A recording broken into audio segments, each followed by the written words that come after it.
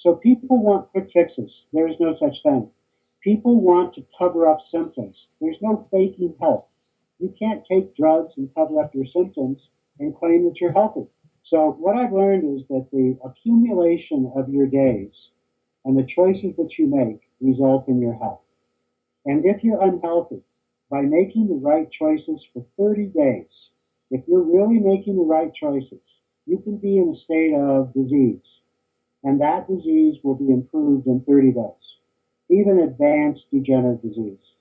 So, in 30 days of making the right choices, you can see a profound effect.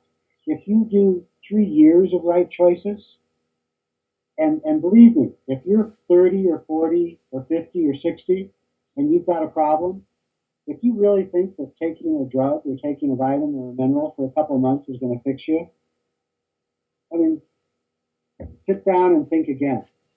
Because to heal your body after you're 40 or 50 and you've got a problem is going to take years.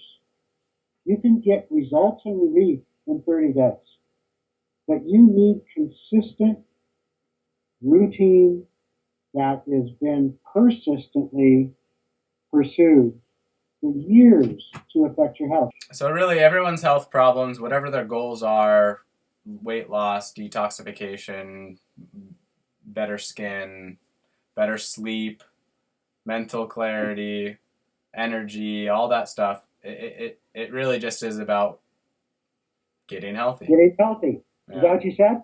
Yeah. So when you Yeah. get and then all these other things are a symptom of getting healthy. You know, the things that you want. You're not fat. If you're healthy, you're not fat. If you're healthy, you don't have cancer. If you're healthy, you're not panicked. If you're healthy, you don't have. So getting healthy is the key. And health is not the absence of symptoms. Health is not the absence of abnormal lab values. And unfortunately, that's how a lot of doctors operate. So, as you know, I do a lot of lab testing. But the importance is not only knowing which tests to order, that's a big key. Three things about food that I like to impart to people after all these years of study and personal experience, doing it wrong, doing it right, helping people. There's three issues. The quality of your food is a big issue, bigger than most of us really even believe. And in fact, just this last year, I found out that pesticides are much more harmful than I had ever even believed they were. So the quality of our food, the type of food that we're eating, meaning if it's protein, if it's carbohydrate, if it's fat, and then the amount, the quantity. Yeah. And the quantity has more to do with the type, really, than the overall amount. Well, you wake up and you brush your teeth and you drink at least a couple glasses of water to where your urine is clear in the next hour or so. You eat within an hour of getting up, ideally within about an hour of getting up. Your breakfast consists of protein and fat and an amount of carbohydrate not to exceed the amount of protein that you're eating. So it's important that we have a balanced breakfast of protein and fat with some fresh carbohydrate. Carbohydrate includes grains, it includes beans, it includes vegetables, fruits, and berries. Okay? Then we have a snack 2 hours later, and it's half of what we had for breakfast. So it's half the amount of protein, half the amount of fat, and half the amount of carbohydrate. It's not just a snack of an apple or a candy bar or a donut. It's got to have protein and fat and carbohydrate. Then we have lunch, which is the same as breakfast. Then we have a mid-afternoon snack 2 hours later. Then we have dinner, and then 2 hours or half an hour before bed, which needs necessarily to be before 10 o'clock, we have a snack, and the snack again has protein and fat and carbohydrate. So basically, you're kind of eating the proper fuel mixture, times a day. kind of, you know, at the inkling of becoming hungry, or not even when you're hungry, or If you wait till you're hungry, you've waited too long. Same with water and hydration. Yeah. Yeah. So you drink before you're thirsty and you eat before you're hungry. Yeah. Then you get to bed by 10 o'clock. Absolutely important. Yeah. You exercise at least 2 half-hour intervals where you've increased your breathing and your heart rate significantly. And you also rest. You practice some, during your work day, you have a period where you close your eyes for 5 or 10 minutes and you rest. Your eyes use an inordinate amount of energy. Isn't it So something like closing, 25% or something, right? I'm not exactly sure, but it's a lot. You Yeah. close your eyes for 5 or 10 minutes. It's incredibly restorative. Health comes from proper choices in how we eat, how we think, how we exercise, and how we rest.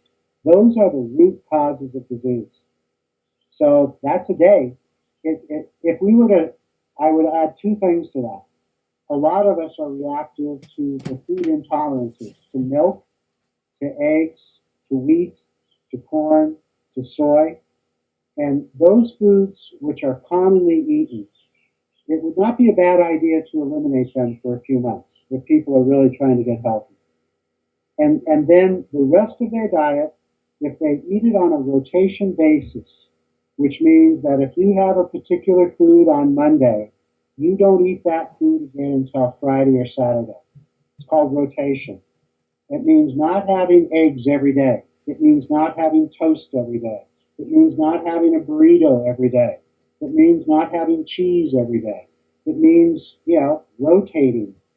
And if you add the rotation to your diet, if you eliminate the major food intolerances, and if you eat to control your blood sugar through those periodic times of eating the right amounts of protein, fats, and carbohydrates, if you get to bed by 10 o'clock, if you exercise an hour a day, that's the prescription for every major disease. That prescription will help every person attain a better state of health. Done. Yeah. That's it. There are, of course, through all the tests that I've done, Yeah. I can give that general knowledge. Yeah. But the way that I've learned that general knowledge is by doing thousands and thousands and thousands of tests. Yeah. And I've seen what is the typical person's profile. And you can see it. People are more alike than they are different when we start doing blood chemistries. And people have similar complaints. It's pretty universal. Yeah. When 1 out of 2 of us is dying of cancer, the other is dying of heart disease. And when 3 out of 4 of us are overweight, when 1 out of 4 women are medicated for their depression, when 1 out of 4 female that's pregnant is taking an antidepressant. It's pretty simple to see that everyone is being affected by our, the unhealthy choices, and largely our lifestyle has changed dramatically since agriculture, since and farming. All the different diets that we hear about, Yeah. they mostly help by helping people to eliminate junk. So that's how they It's all not work. what they do recommend, it's what they say don't eat. Yeah. And every diet book will say eat quality food, don't eat processed foods, don't eat excessive amounts of sugar, don't eat white flour, don't eat, hydrogenated oil. All the food crap. Yeah, so, and then what they do recommend, from paleo to vegan to South Coast to, whatever the latest fad is for diet, the virgin diet, and on and on and on, they talk about eating healthy foods. What they don't often talk about is the elimination of foods that their people are found reactive to, and with, really accurate identification.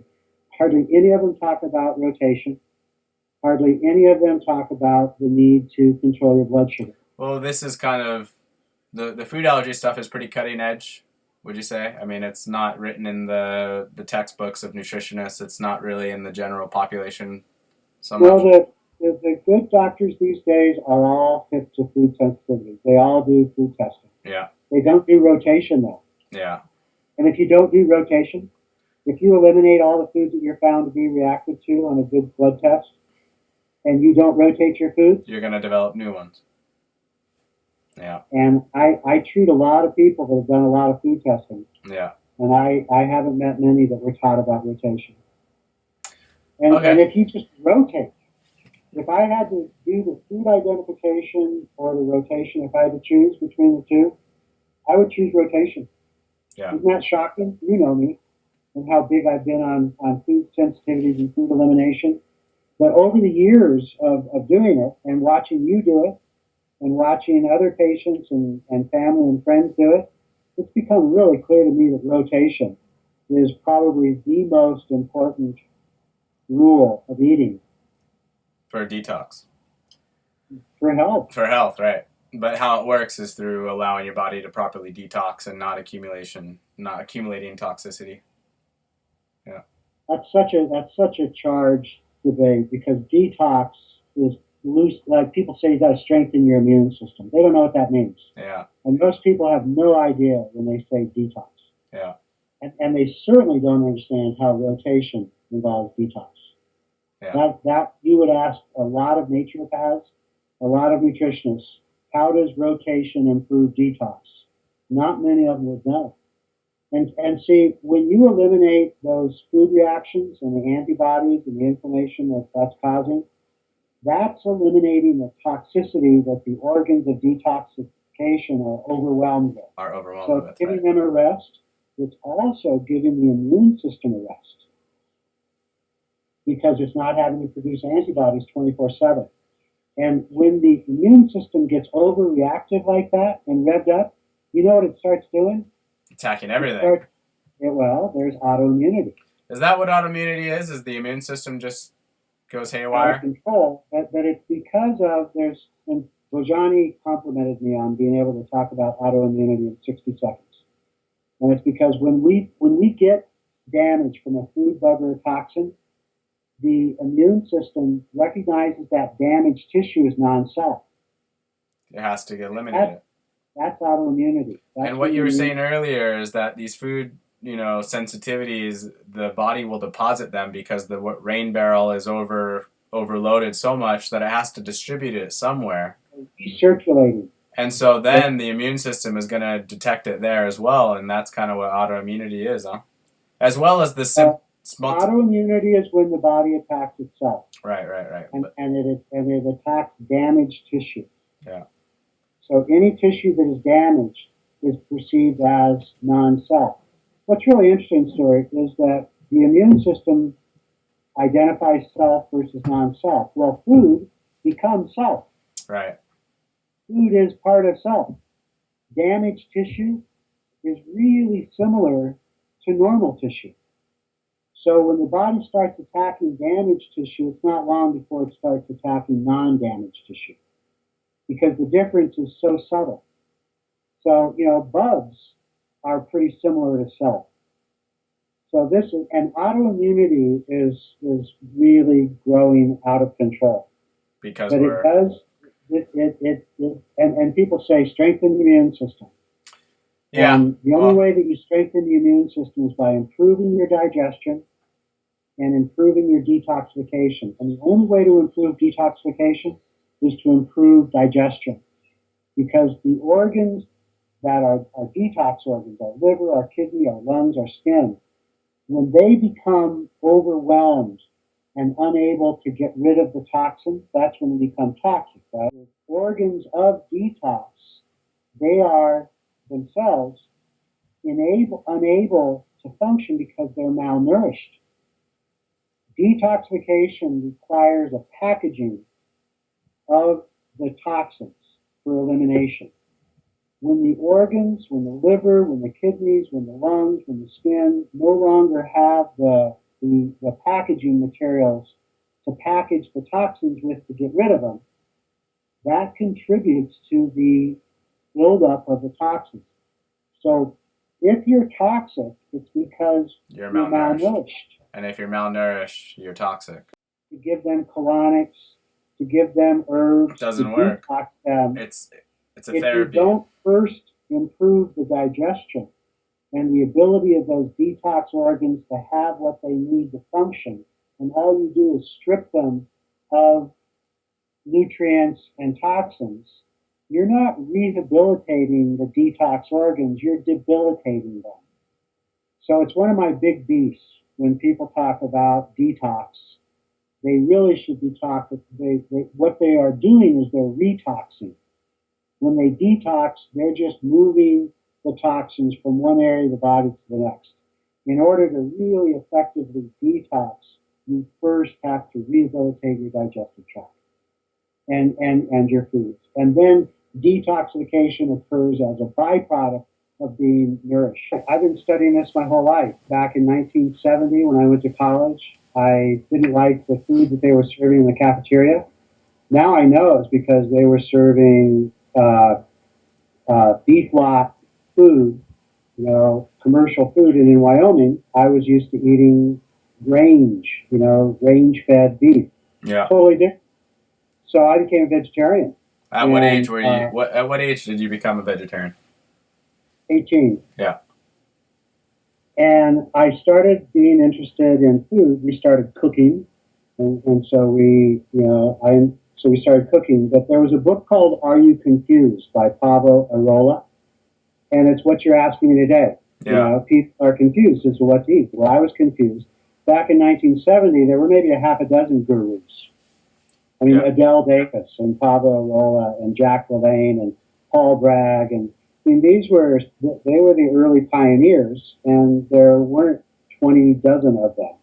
Yeah. Arguably, what people know today is much more, but these were the early pioneers. So I started studying this, and I got a degree in psychology, and I realized that what I was eating had more of an effect on how I was thinking than the psychological studies that I was doing.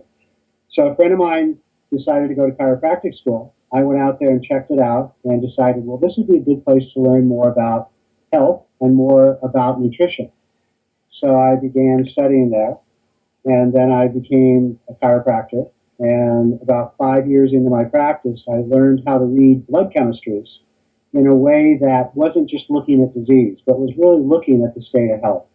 That was in 1985, and that changed my life. When I was a chiropractor, I worked on a lot of kids with earaches, and it was because they had ear tubes put into their ears, and I had a lot of earaches when I was a kid, just like you, Stuart. And I kind of, when I was in chiropractic school, I learned a technique where I could stick my finger down the back of the throat and open up the eustachian tube and relieve these earaches. I've had that done many times. I started doing that with children, and I started doing blood chemistries on these little kids to find out what food allergies they were having. And I got them onto some antioxidants, some vitamin A, some vitamin C, and I taught them a lot about blood sugar control, about not eating excessive carbohydrates. And I helped hundreds of kids that had earaches. The interesting story is that I then went on to work in cancer clinics down in Tijuana. And then I started working at a national hormone lab in San Diego, where we were doing bioidentical hormone testing. And the director of the lab one day says to me, "Hey, Chuck, you've got food allergies." And I went, "What? No, I don't." And I rubbed my big belly, which was about 20 pounds overweight.